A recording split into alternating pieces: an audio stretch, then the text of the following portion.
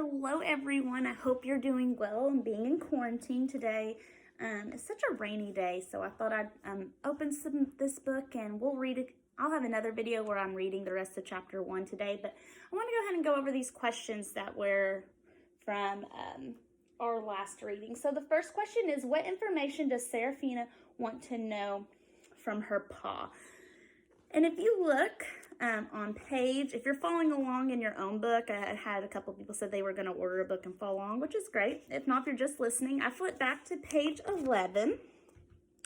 It's probably backwards on your side, but it says that Serafina, her dad had just said, don't let anyone get a good look at you, and whatever you do, don't tell anyone your name or who you are, you hear. And she says, I hear you, and she wanted to know why she and her pa lived the way they did.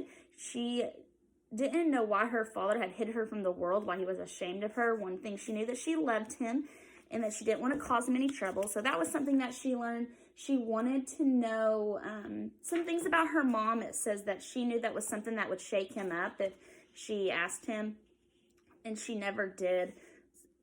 And I believe there was one more thing. Maybe not just for her.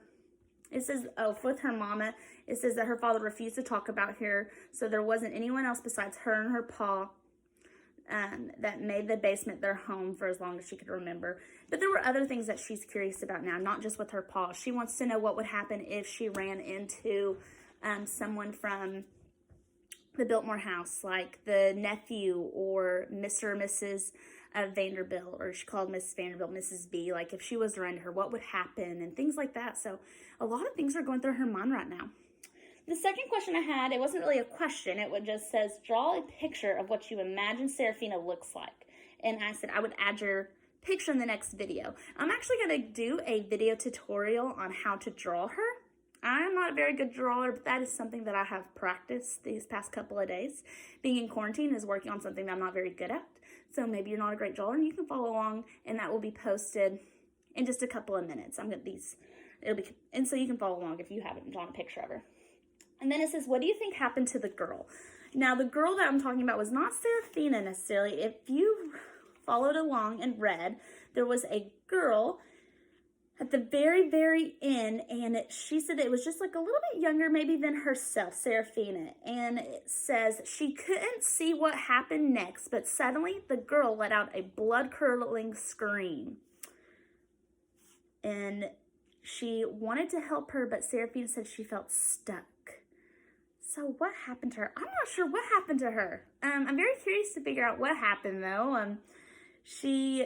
If someone's screaming, I'm sure that girl's in trouble. So maybe she vanished. Maybe she's just so terrified that she doesn't know. Maybe she's like Serafina and the girl is stuck and all she knows what to do is scream. So we'll have to see what happens in just a little while. And that will be the end of chapter 1 after these next couple of pages. So if you want to continue watching, go ahead and follow along. And I'm going to be doing how to draw Serafina. So here we go.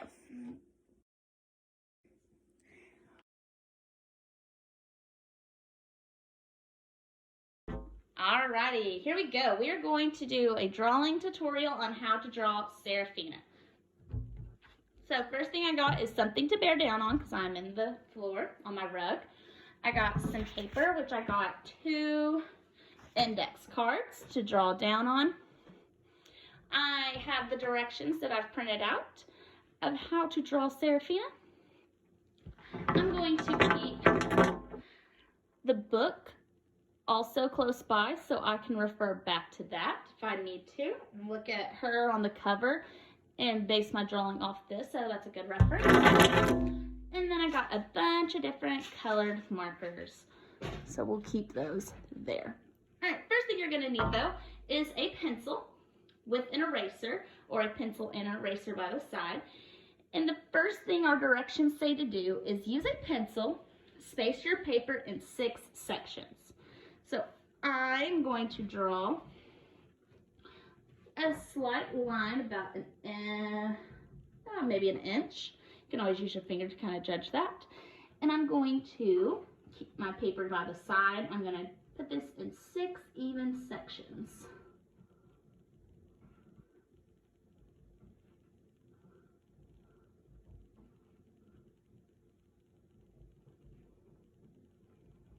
I'm also going to put them on the sides so they would be even. Now I'm going to draw a straight line all the way across. I want to keep it kind of light because I will go back through and I will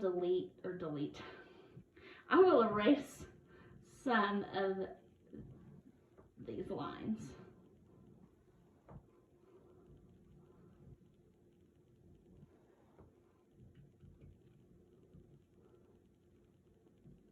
This is going to help me with my proportions on drawing Serafina.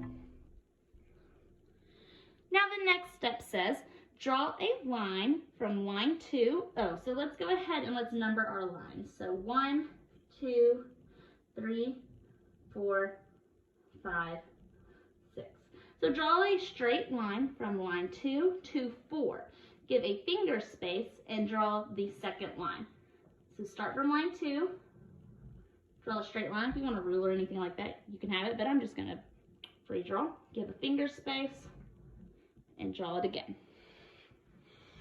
So as you can see, I've numbered, give some even spaces, and drew 2 straight lines from line 2 to line 4.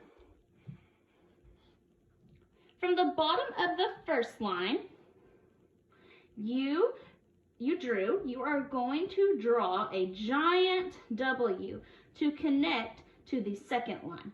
This should space between sections 4 to 6. So a giant W. All right, boom.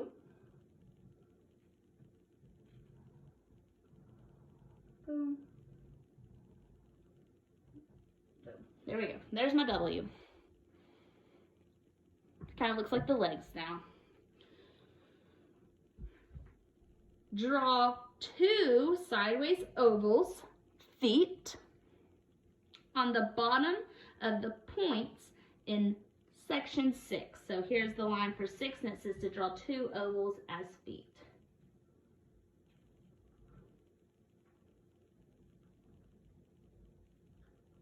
There we go. From the first line in section 2, you are going to draw a V from the top left point to the middle of the W to the top of the right point. So draw a V, so we're connecting. All right. Whoops, bring that a little closer. If you ever need a pause during this video, you feel free, and you can add or erase or do whatever you would like. In line 2, create a dot between the top points. Right.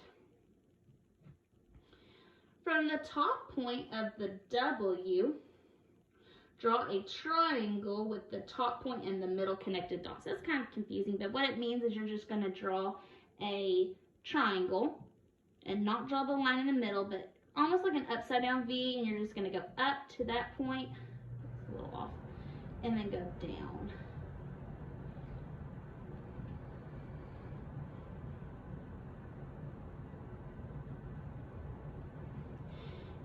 Now you're going to visualize the size that you want the arm. Oh, I skipped. Whoops.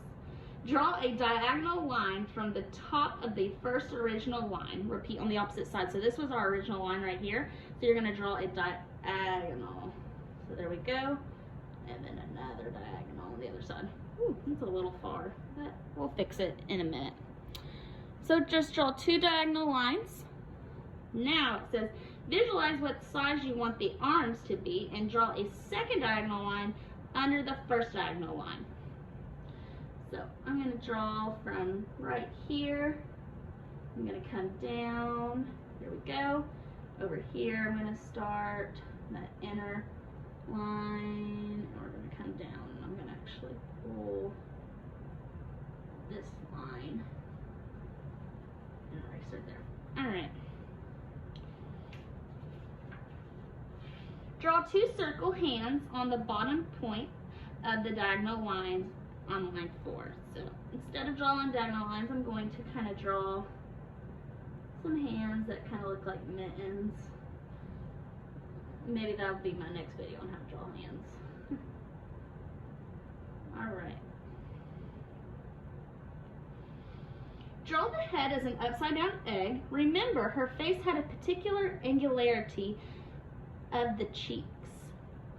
So if something has angularity in it, I'm gonna think that she had kind of like a thin face. It's gonna have some type of angle in there, which I think of like sharp lines. So an egg has a round bottom. If I flipped my paper upside down, so I don't have to think about drawing an upside down egg, but just an egg in general. So it has like a curved bottom, and then kind of comes in. And I'm going to make sure, when I flip it this way, kind of give those some sharp lines, and then kind of make that a little more pointy. Maybe that's what they mean by angularity. Next, with a curvy line, you will connect the head and the body. This curvy line will create the neck to the head, or it's gonna, ignore that. It's going to connect the head to the rest of the body. So with a curved line, and then over here, you're gonna have that curved line. Okay. Now we are going to erase a lot of these lines. So the lines that we're going to create, it did at some point, I'm going to go ahead and skip down here. It says that she had a narrow waist. So I'm going to first erase these outside lines. And that's going to give her that narrow waist. The next thing I'm going to erase, I'm going to connect her arms to the rest of her body. People typically don't have dots in their chest like I drew, so I'm going to erase some of those lines. I'm going to erase these lines and those. She doesn't have lines across her legs. Alright, so there's a couple of the lines that I have erased. This is now, let's pull some descriptions we learned from the book. Before I do that, I am going to take a black marker. I have a skinny Sharpie, and I'm going to outline the body.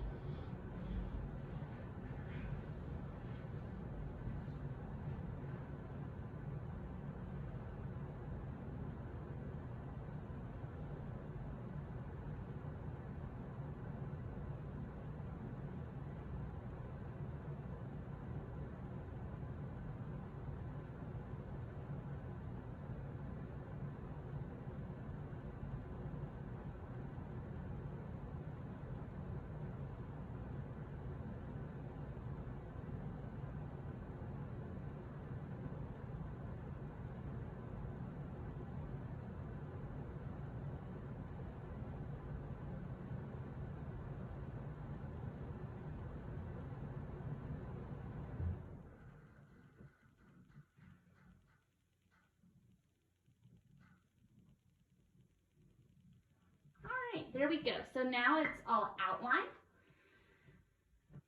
The next detail that we learned from our story about Serafina. So Serafina's hair was described as her long hair wasn't a single color like normal people had, but varying shades of gold and light brown. So I found some brown marker. It's not light brown, but it's just normal brown. Found a yellow, some different shades of yellow. And I found, I'm going to put some orange in there also because I feel like those kind of all go with that golden color. And I'm just going to start filling her hair to be long. So I'm going to give her some side bangs. And I'm just going to start kind of doing some wispy hair. I'm getting that wispy hair because over here she has those wisps. They're kind of curly and things like that. It's not perfectly straight. She kind of, well, and if she's catching mice and rats all day, she's definitely gonna probably not have smooth hair. And it's long. So there we go. So there's some yellows for that gold. I'm gonna add some other shades in here.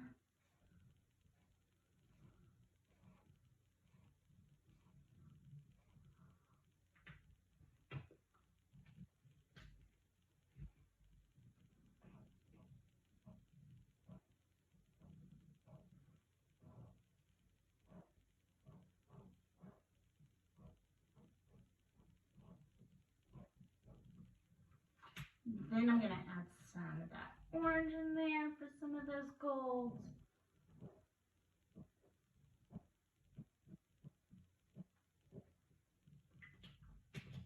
And some of the brown. I'm gonna save those for later.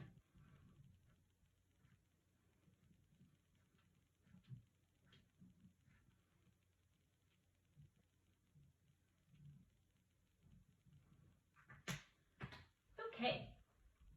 Now, since Serafina's eyes are described as large, steady, amber eyes, she could see at night as well as she could during the day. So, amber eyes are going to kind of be a mixture of a brown and an orange. If you want to look up what the color amber looks like if you have a different color, but these are the colors that I have, so I'm just going to make them kind of like a brown orange color. Now, it also says though that she can see at night and the day, and this kind of made me think of different animals, and an animal that can see well at night, and if she's catching rats, kind of made me think of a cat, and you know how I love cats. So I'm going to put in a cat eye pupil, and I'm going to kind of make her eyes a little curved. Kind of like that. You can kind of see how I have to maybe work on my cat eyes later this week too. All right, the next thing that it says is Serafina didn't own a dress, so she wore one of her pa's old work shirts, which she clinched around her narrow waist with a length of fibrous twine she had scavenged from the workshop. Well, this is why I have this book over here. Do you see the length? It is a shirt, so it's not going to be super long on her. And if we look, it's also long sleeved. So you can really use any color that you want. I think of like an old work shirt as kind of like a blue jean shirt. So I'm going to make it blue. And when I think about this, does show a very straight line, but it does, I'm going to think if it's an old work shirt, it's probably going to have some tears in it. It's not going to be necessarily clean. It's going to probably be a little, it says raggy, or maybe it doesn't say raggy in there, but it makes me think in my mind of having some type of dingy look to it. So I'm going to kind of make it have a couple of little tears in the bottom. It's going to come up because it does clench her narrow waist with that twine. And it's going to be a long sleeve shirt. I'm going to make it more like a V-neck. And then come down again.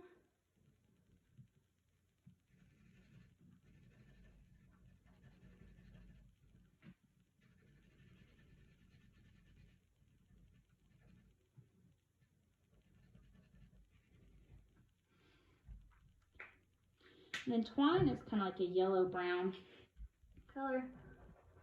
I'm going to take that. I'm going to tie so it has like a little fingers. It doesn't say anything about her wearing shoes, and if she would walked around kind of light-footed, I'm going to think that she's going to not have shoes. But I am missing a nose and a mouth, so I'm going to go back. I'm going to add a little nose and a little mouth for her. And I'm going to go in and add some kind of like some holes in that for her, just to give it some texture. Right, so this is Miss Cooper's version of Serafina. If you want to show me your picture, you can always have your mom or dad or whoever you are with at the time. You can have them email that to me or send it to me on Dojo or text it or however you want, and I will add that in whenever I get it. It doesn't have to be the next video. I might have a couple of people. So thanks for tuning in, and I hope you all are still staying safe during our quarantine time.